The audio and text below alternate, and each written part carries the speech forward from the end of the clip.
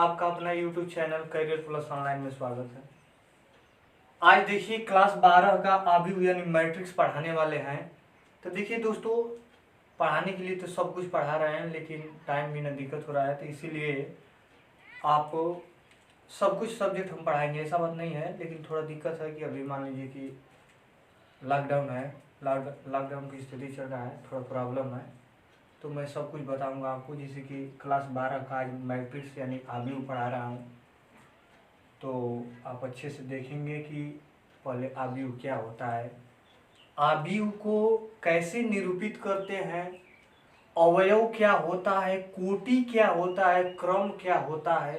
तो इसकी जानने का बहुत हम लोग अच्छे से नॉलेज होना चाहिए कि उसके बारे में। देखिए, सबसे पहले मैं बताना चाहता हूँ आपको कि कोई भी चैप्टर पढ़ने से पहले उस चैप्टर के अंदर हम लोगों को जाकर के कुछ जानकारी रखना चाहिए कि उस चैप्टर में सबसे स्टार्ट में क्या है। अब चैप्टर है आबीव। मान लीजिए कि आबीव का परिभाषा याद नहीं है आपको, आबीव किसे कहते हैं आबीव याद नहीं है, आबीव को किससे निरूपित करते हैं पता नहीं है, ये तो प्रॉब्लम है आपको। तो हम लोग पढ़ने वाले हैं आबीव यानी मैट्रिक्स, क्लास 12 का है। तो दिया है कि आबीव की खोज ज्यामिति के अध्ययन में, आबीव की खोज ज्यामिति के अध्ययन में विशेष रूप से ज्यामिति आकारों के स्थानांतरण, घूर्णन, प्रावर्तन, संकुचन आदि में हुई। यानी इसका कहने का निचोड़ ये है कि जब आबीव की खोज हुआ तो ये चीज प्राकृतिक ज्यामिति के अध्ययन में हुआ था। तो विशेष रूप से ज्यामिति आकारों के स्थानांतरण क्या क्या होना चाहिए, तो घूर्णन, प्रावर्तन, संकुचन आदि में हुई। तो देखिए, सबसे पहले होता है कि आपको पता होना चाहिए कि सबसे पहले आबीव का खोज कब हुआ था, किस सन में हुआ था। तो आबीव का खोज वो वैज्ञानिक का नाम है जे सिल्वेस्टर। यानी पहला क्वेश्चन बनता है कि आबीव का खोज कौन वैज्ञानिक ने किया है, तो जे सिल्वेस्टर ने सबसे पहले मैट्रिक्स का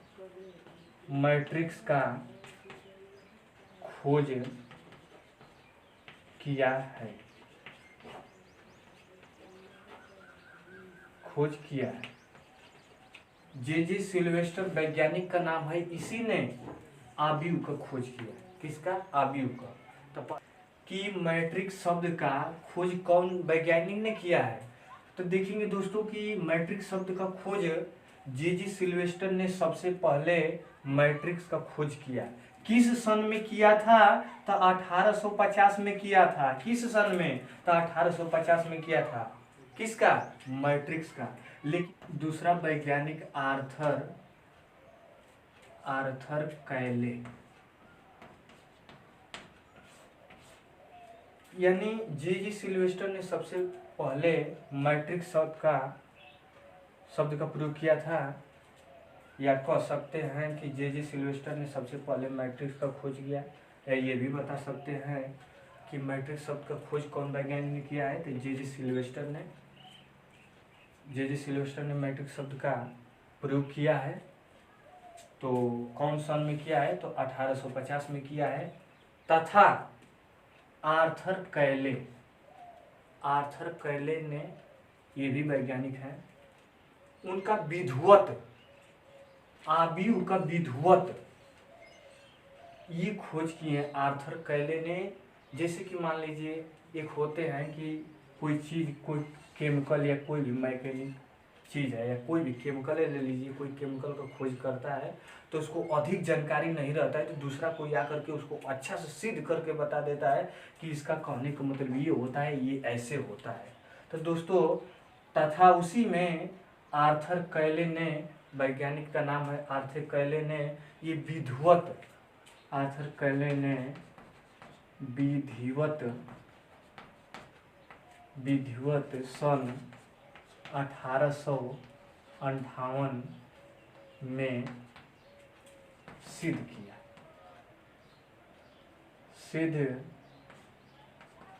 किए थे या किया था। तो अब क्वेश्चन पूछता है कि विधिवत मैट्रिक्स शब्द का खोज कौन वैज्ञानिक ने किया है? तो आर्थर कैले ने। और आपसे पूछ देगा कि मैट्रिक्स शब्द का खोजकर्ता, और देखिए आपको बता रहे हूँ कि विधिवत जो है, विधिवत वर्ड, तो ये विधिवत जो मान लीजिए कि आपको बताया था ना अभी कि जैसे कोई केमिकल है उसके बारे में अधिक जानकारी नहीं है, उसको खोज करता है, थोड़ा बहुत उनको जानकारी है तो वो कर दिए, फिर दूसरा कोई है वो निष्कर्ष निकाल के अच्छे से बता दिया। तो उसी तरह से तो आप सबसे पहले याद कर लेंगे कि आबिव को खोज कौन वैज्ञानिक ने किया है? तो जे सिल्वेस्टर ने। जे सिल्वेस्टर ने कौन से सन में? तो 1850 में। विधिवत खोज कौन वैज्ञानिक ने किया है आबिव का? तो आर्थर कैले में। कौन सन में? तो 1858 ईस्वी में किया है, या 1858 में सिद्ध किया है। ठीक है, अब देखिए क्या इसमें है, तो आपको हम बता देते हैं कि आबिव का मतलब क्या होता है। तो आबिव का मतलब ये होता है, जैसे है कि आप बताए थे ना अभी एग्जाम्पल में कि आबिव मैट्रिक्स यानी छात्रों को कक्षा में बैठने, पीटी करते समय इनको खड़ा करने, कामा दुकानों में सामानों के मूल्यांकों की सूची बनाने में, हम पंक्ति तथा स्तंभों को आयताकार सारणी का रूप देखते हैं। इसका कहने का मतलब ये है कि अगर यहाँ पे जैसे दिया कि छात्रों को कक्षा में बैठने, तो यहाँ पे छात्र बैठ गए ऐसे, यहाँ पे बैठ गए, तो ये आपको एक सारणी, एक आबिव का रूप में बैठे हैं, ऐसे रूप में बैठे हैं। तो इसी में इसको जो भी मतलब लाइन में खड़े रहेंगे या ऐसे बैठे हैं, तो इसको आयताकार सारणी के रूप में हम लिख सकते हैं। तो उसी के बारे में बताया है कि जैसे कि मान लीजिए लाइन में खड़े रहेंगे, ऐसे खड़ा हो जाएंगे, फिर या रूम में बैठेंगे तो ऐसे भी बैठ सकते हैं, कैसे लिखेंगे? तो उसको मतलब कि आबिव को मतलब कि बोल रहा है इसमें कि हम पंक्ति तथा स्तंभों के रूप में आयताकार सारणी में लिखते हैं। यानी कहने का मतलब पंक्ति और स्तंभ का मतलब ये होता है, ये जो खड़ा लाइन ऐसे रहेगा इसको आप बोलेंगे स्तंभ, इसको बोलेंगे स्तंभ, और इसको बोलेंगे पंक्ति। यानी जो पट रहेगा ऐसे रहेगा उसको क्षैतिज रेखा बोलते हैं, या क्षैतिज उसी को बोलते हैं क्षैतिज पंक्ति, और इसको स्तंभ बोला जाता है। यानी स्तंभ ये हो गया, ये पंक्ति हो गया, उसको हम जो भी लिखेंगे तो आयताकार सारणी का रूप में लिखेंगे। अब सबसे पहले आता है कि आबिव किसे कहते हैं। आप क्वेश्चन फंस जाता है कि आबिव किसे कहते हैं। तो देखिए आबिव किसे कहते हैं, तो आबिव आपको बता दे रहे हैं। हाँ दोस्तों देखिए, आप पहले परिभाषा क्या है तो पूछता है कि आबिव क्या है। तो यम इंटू यन संख्याओं की एक निकाय यम पंक्तियों तथा यन स्तंभों के रूप में लिख देंगे यम गुणयन आबिव कहलाते हैं। इसका एग्जाम्पल अगर देखेंगे तो अगर एग्जाम्पल ये आबिव है, ये आबिव में अगर हम लिख देते हैं 1 2 4 5 3 2, ये आबिव में दे देगा। अब पूछेगा इसका कोटि बताइए, कोटि या कोटि पूछेगा, कोटि बताइए। तो कोटि पूछेगा तो इसको लिखेंगे, पहले आप पंक्तियों की संख्या देख लीजिए भाई, इसको आप बोलेंगे पंक्ति, पंक्ति, इसको पंक्ति बोलेंगे, और इसको बोलेंगे आप क्या? स्तंभ, इसको आप बोलेंगे स्तंभ, इसको स्तंभ बोलेंगे। अब ये पंक्ति हो गया, ये स्तंभ हो गया, तो देखिए क्या होगा, तो इसका कोटि अगर पूछेगा तो पंक्ति गुणे स्तंभ, यानी 2 गुणे 3, 2 गुणे 3, ये आपका कोटि हो जाएगा। अब देखिए, अब इसमें बताइए अगर दे देगा कि चलिए इसमें बताइए 2 3 1, इसमें तो इसमें आप पंक्ति देख लीजिए कितनी है, तो पंक्ति को लिख लीजिए, फिर स्तंभ को लिख देंगे। तो 1 2 3, 3 क्या है इसमें आपका 1 2 3, यानी 1 गुणे, दोस्तों यहाँ पंक्ति गुणे स्तंभ होगा, तो पंक्ति आपका 1 2 3, 3 और गुणे स्तंभ कितना है 1।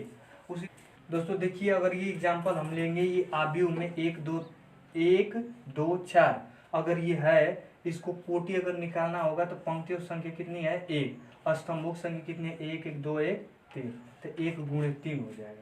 अब देखिए इसमें अवयव पूछेगा, अगर अवयव पूछेगा तो अवयव को इसमें गुणा कर दीजिए। अवयव का मतलब जो यम गुणियन के रूप में है, यानी पंक्ति गुणे स्तंभ, इसको गुणा कर देंगे तो 2 3 6। अवयव पूछेगा तो कितना होगा, 6 होगा। अब देखिए आव्यूह के प्रकार जो है, आव्यूह के प्रकार यानी वर्ग आव्यूह किसे कहते हैं, विकर्ण आव्यूह किसे कहते हैं, आपको हम कल बताएं।